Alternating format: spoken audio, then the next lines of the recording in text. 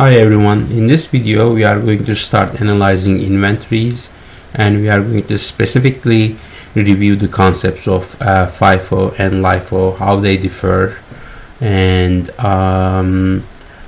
their impact on income statement.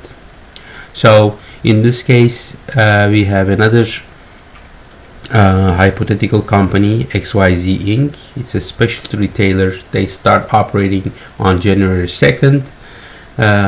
This is the first year they started operating. During the year they are making the following inventory purchases. As you can see, the unit prices increase. It's an inflationary environment. The company is selling some of the units that the company purchases during the year, specifically 8,000 units at $20 each. We have some selling general and administrative expenses at the amount of $10,000, and there's a tax rate of 10%. So these will be important for us to analyze the income statement. We are going to calculate cost of goods sold, ending inventory, and net income. First using FIFO, and then we are going to compare it when we do LIFO. So before we start, there is a fundamental equation for inventories, which is beginning inventory plus any purchases is going to be equal to cost of goods sold plus ending inventory. So anything you begin with plus transfers in is equal to transfers out in the form of cost of goods sold plus ending inventory. So that's something we need to keep in mind. Now we will start with FIFO, and we are going to look at how cost of goods sold under FIFO is calculated. FIFO is first in, first out. So out of these 8,000 units that were sold, we are going to look at the first 8,000 units that came in. So we are going to start chronologically from top to bottom. So under FIFO we are going to calculate cost of goods sold.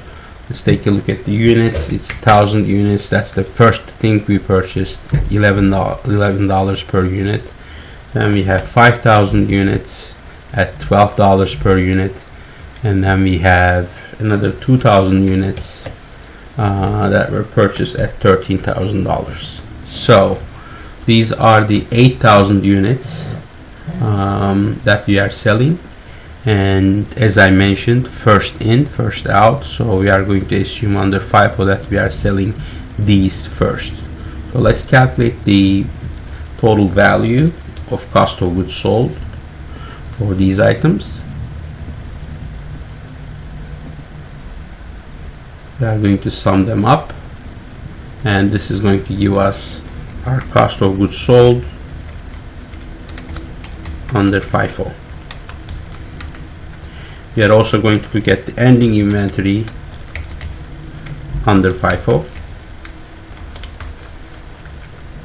The ending inventory under FIFO is whatever is left, which is the last units we purchased.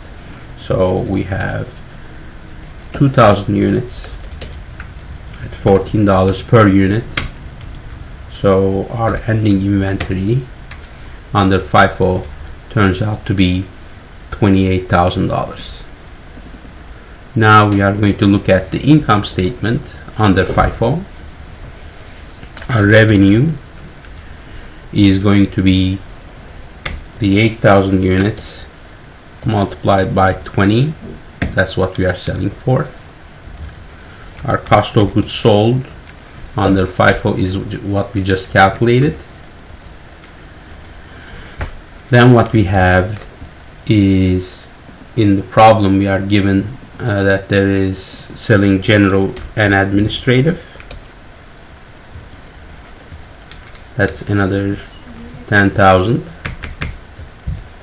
and we can calculate income before taxes.